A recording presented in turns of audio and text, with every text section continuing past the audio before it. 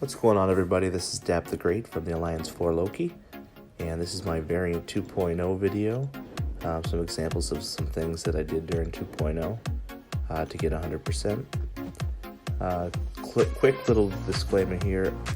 I did not do every fight, perfectly. I tried a few things like this Modok fight here that just didn't work. And that's okay. When you're doing content like this, sometimes things are going to work, sometimes they're not going to work. So just understand that going in and try, and some things will work for you and other things won't. And this was definitely not one of my best ideas. One thing that did come out very well in preparing for and doing Variant here was I got to R4 and R5 this Venom, and I never really used him too much until recently with the new updates and everything, and really falling in love with this character. So brand new R5 for me. There's, in my opinion, no one better against any kind of Spider-Man in the game because of his ability to not let any Spideyverse champions evade. And you take the evade away from the Spider-Men, and they have no defense. Just a simple fight at that point against any Spider-Man hero. Venom, one of my brand new favorites, my MVP for this Variant 2.0, and I have a couple more Venom clips in this video. But let me get to some of the specific fights that some people have been talking about within the community, and kind of show you how I handled those fights as I went through Variant. This is one of the bosses, the boss of 2.1. He had obviously evade being the science Adaptiod, but also he had stun immune, so that made for a pretty tricky combination for a lot of people. And what I did here was I brought in Quake and just played stun immune style, and basically just had to worry about fighting stun immune,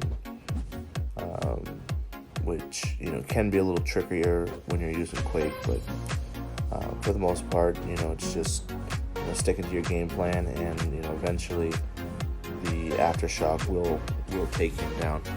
You just gotta be patient and understand when you're going to evade, when you're going to have to block, and you can get through the fight pretty quickly. It's just a lot of focus has to be paid to go through this boss.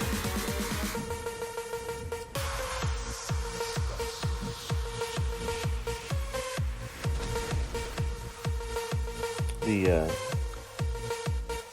next couple fights here, I was pretty excited seeing, not only did they give you some fights that were challenging and all that stuff, and there were some buffs that were challenging, and obviously you had to use a lot of XL characters to get through a lot of the content and that sort of thing. But they gave certain characters some abilities that kind of made some of these paths fun.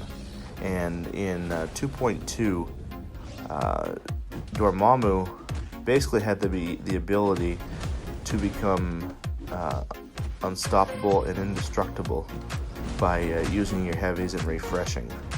So theoretically, you can get through that whole map with Dormammu and using the refresh on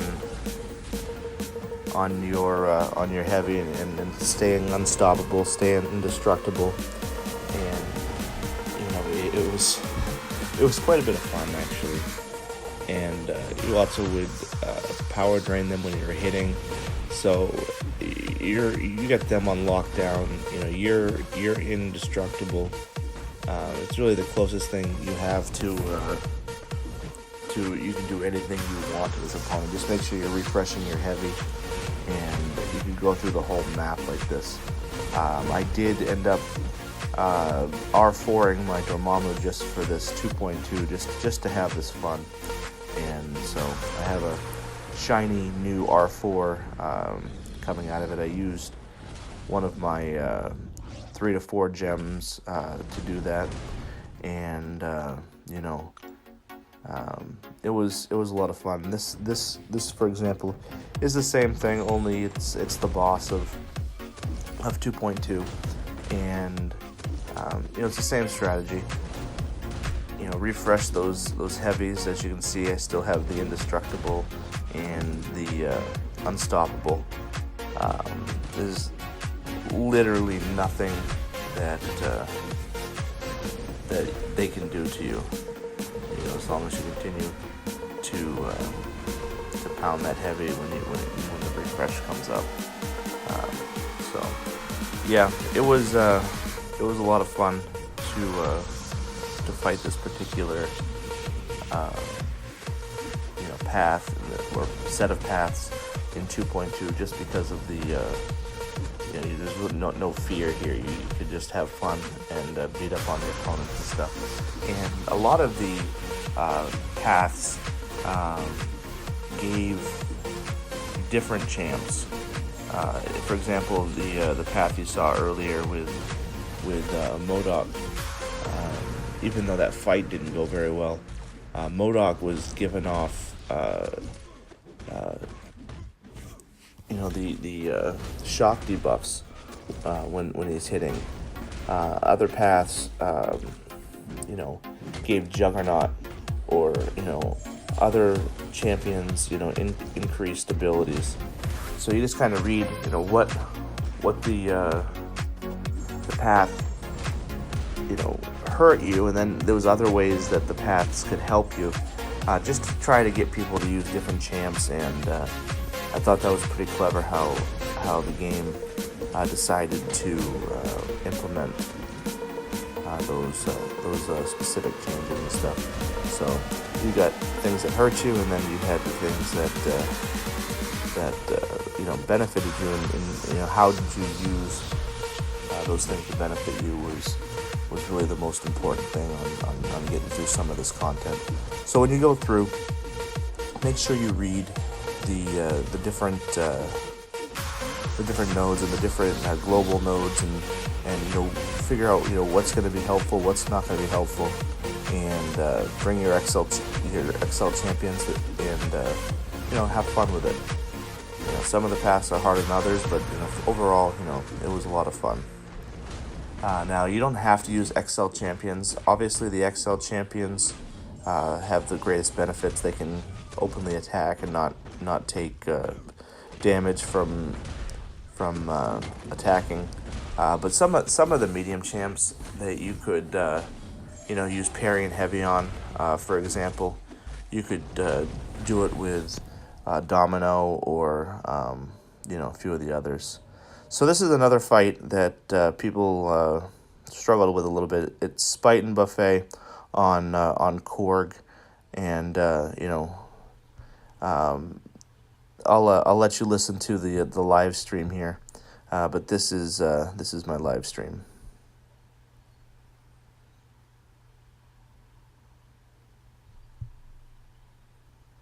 Yeah, just stay away from me.